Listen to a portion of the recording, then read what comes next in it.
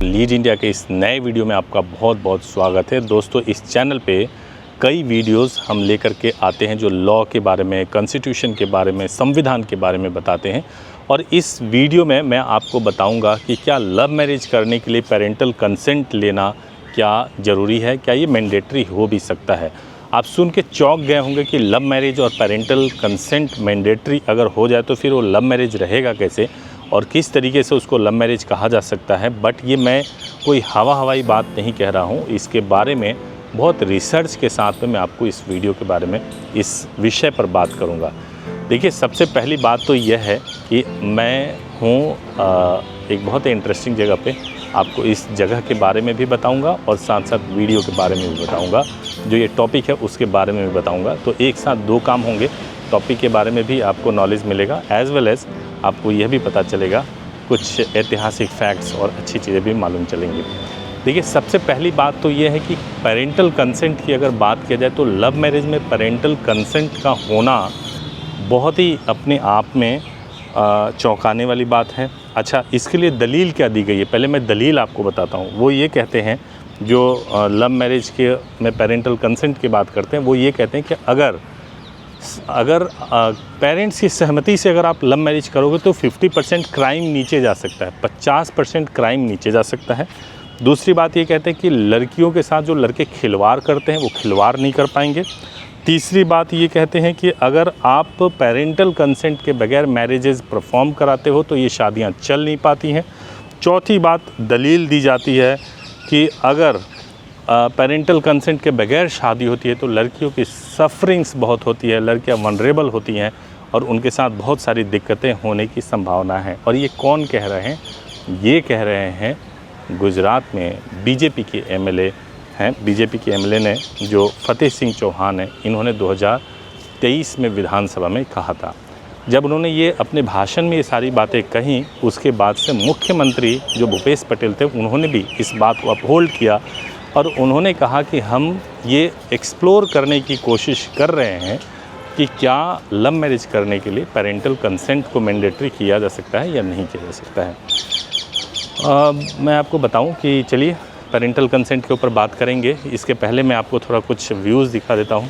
दोस्तों, आप ये जो विजुअल्स देख रहे हैं, यह जो विजुअल है, ये गांधी आश्रम या साबरमती आश्रम कह रहे हैं, जो गुजरात में अहमदाबाद में है। 1917 में इसके बारे में सोचा गया था, निर्माण शुरू हुआ था और महात्मा गांधी 1918 से लेकर के 12 मार्च 1930 तक इसी गांधी आश्रम में रहते थे।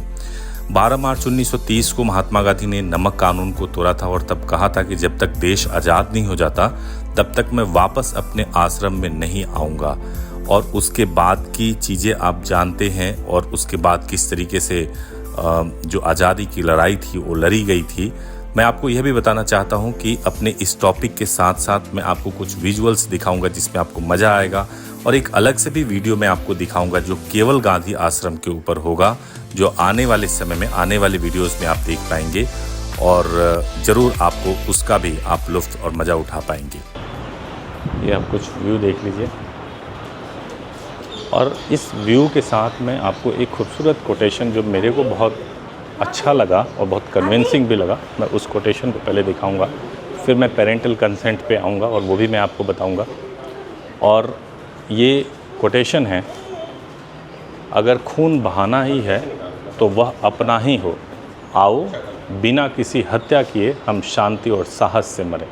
अब देखिए, इसमें एक बहुत बड़ी बात है और कितना इंटरेस्टिंग है कि अगर खून बहाना ही है तो अपना बहाइए और बिना किसी हत्या किए हम शांति और साहस से मरें। मतलब ये हुआ कि अगर आप अहिंसा करते हैं, अगर आप कानून जो कि सही नहीं है आप उसका विरोध करते हैं, अहिंसक तरीके से विरोध करते हैं, तो इस देश में ऐसा करने की आज़ादी है, फंडामेंटल राइट है, आपको ऐसा करने से कोई रोक नहीं सकता। तो ये गांधी जी के कथन भी हैं और गांधी जी ने इसको चरितार्थ भी किया है अपने जीवन में, और उन्होंने अपने जीवन में बचपन से लेकर के अपने आखिरी क्षण तक लड़ाई लड़ते रहे। अब कुछ ऐसे भी नेता हैं जो आपकी स्वतंत्रताओं को, आपके इंडिपेंडेंस को अलग अलग तरीके से छीनने की कोशिश करते हैं, जिसमें एक ये है जो पेरेंटल कंसेंट की मैं बात कर रहा हूँ। पेरेंटल कंसेंट जो है, आप साथ ही साथ आप कुछ और चीज़ें भी देख सकते हैं। हालांकि जब मैं बीच में बोलूँगा तो आपको डेफिनेटली थोड़ा सा डिस्टर्बेंस जैसा फील होगा, इसलिए मैं ये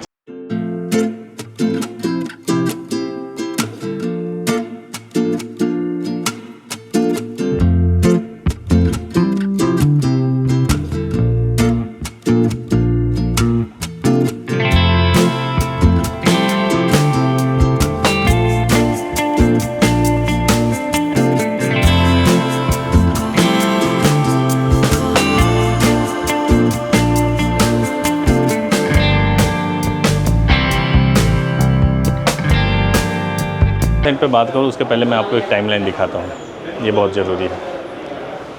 अब ये देखिए टाइमलाइन जो है 1915 से लेकर के 1930 के बीच का है, जब इस गांधी आश्रम में महात्मा गांधी रहे थे।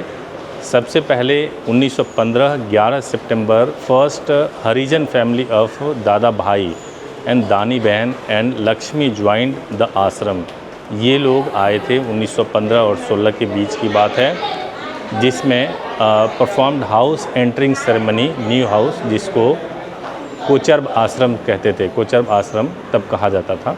फिर बाद में 17 जून को ये साबरमती आश्रम इस्टेब्लिश्ड हो गया। उसके बाद से आप देखिए 17 आ गया, 18 आ गया, फिर फरवरी आ गया 19 में डिस्कस रिगार्डिंग सत्याग्रह अगेंस्ट रॉलेट बिल, सत्याग्रह को लेकर के इसके लिए मीटिंग हुई। और आप देखें फिर 8 अक्टूबर 2020 आता है, जिसमें यंग इंडिया पहली बार पब्लिश किया गया था। उसके बाद से 18 अक्टूबर को आता है, 18 अक्टूबर 2022, जिसमें गुजरात विद्यापीठ फाउंडेड इन अहमदाबाद। फिर 3 दिसंबर 2024 यंग इंडिया फिर से पब्लिश हुआ, जिसमें ऑटोबायोग्राफी था, the story of my experiment with truth commence in Young India में आया। 12 मार्च को आप देखिए दांडी मार्च शुरू हुआ था, जिसमें 78 वॉलेंटियर्स जो है शामिल हुए थे और 241 माइल्स चले गए थे समुद्र के ओर, और वहाँ जा कर के फिर नमक कानून को तोड़ा गया था। 5 मई को अरेस्ट हो गए और पुलिस जो थे उन्होंने अरेस्ट किया और महात्मा गांधी को यरवदा जेल में भेज दिया विदाउट एनी ट्रायल। और ये जो है 6 अप्रैल को 12 मार्च को दांडी मार्च शुरू हुआ और 6 अप्रैल को जा कर के उन्होंने साल्ट लॉ को ब्रोक किया था, साल्ट लॉ को तोड़ा था। चलिए आइए टॉपिक पे आते हैं, और टॉपिक ये है जिसकी मैं बात कर रहा था कि क्या पेरेंटल कंसेंट की ज़रूरत है। तो मैं आपको बताऊं, पेरेंटल कंसेंट में जब सीएम भूपेश पटेल ने इस बारे में बात की, उसके बाद से उन्होंने एक और एक्ट बनाया था, जिस एक्ट का नाम जो है गुजरात गवर्नमेंट ने 2021 में पारित किया था और कहा था कि Gujarat freedom of religion act को बनाया था, और इसको पेनलाइज़ किया था इस बात के लिए कि अगर फ्रॉडुलेंट और फोर्सिबल तरीके से कन्वर्जन करके अगर कोई मैरिज को परफॉर्म करता है तो उसको हम पेनलाइज़ करेंगे, उसमें हम पनिशमेंट देंगे। और इसके लिए जब उन्होंने किया, उसके बाद से ये मैटर हाई कोर्ट में गया और उसके बाद से इसको सुप्रीम कोर्ट में चैलेंज किया गया, और सुप्रीम कोर्ट में भी इस मैटर को अभी तक ये पेंडिंग है और उस मैटर में कुछ भी नहीं हुआ। तो 2021 में एक तरीका निकाला गया था कन्वर्जन को लेकर के, अभी स्टे है, उस पर कुछ खास हो नहीं रहा है, वो अभी भी पेंडिंग है। और जो भूपेश पटेल साहब ने कहा था, सीएम ने कहा था कि भाई हम एक्सप्लोर करेंगे कि किस तरीके से जो है पेरेंटल कंसेंट को लिया जा सकता है लव मैरिज के लिए, अभी उस पर कुछ नहीं हुआ क्योंकि सुप्रीम कोर्ट का स्टे है और अभी गवर्नमेंट ने कोई भी डिसीजन नहीं लिया हुआ है।